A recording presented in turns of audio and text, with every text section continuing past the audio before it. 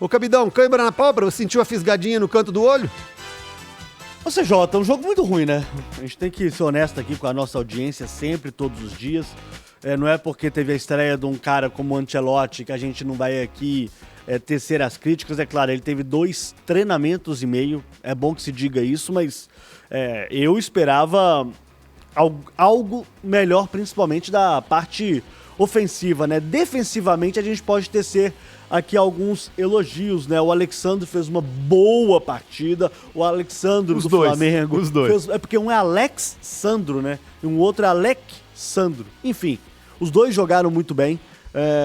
Muito o setor esquerdo da seleção brasileira, muito bem trabalhado. O Angulo, principalmente, não conseguiu jogar tão bem, né? Que é um jogador que tem bom condicionamento físico, ele sempre caía por aquele lado.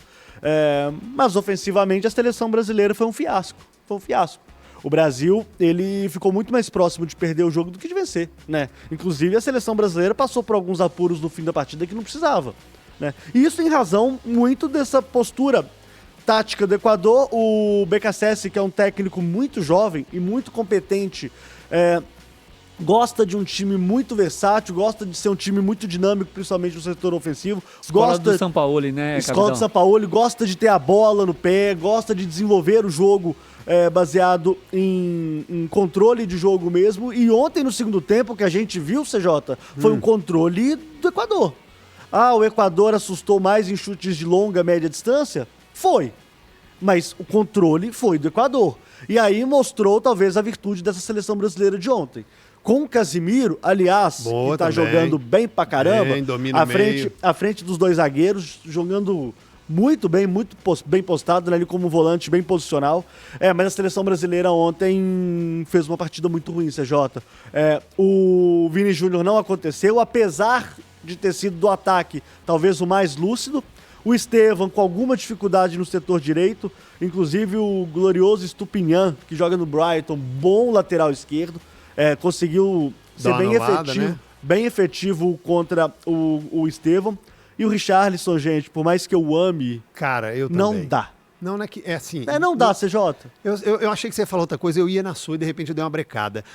Eu também sou fã do Richarlison, mas eu não gostei dele. Não dá.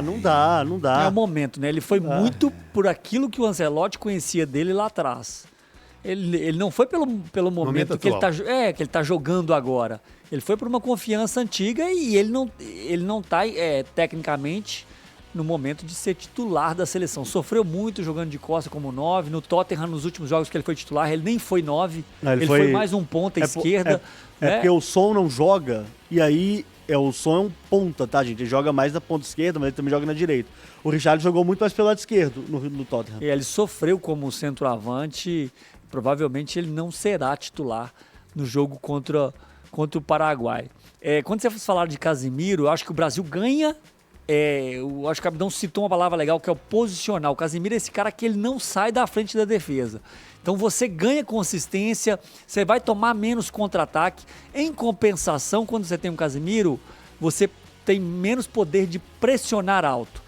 O Casimiro não é aquele volante que vai perseguir o meia quando você está numa pressão alta. O Brasil tentou fazer isso. O Brasil não entrou com a estratégia, a minha impressão é que o Brasil não entrou com a estratégia de esperar o Equador.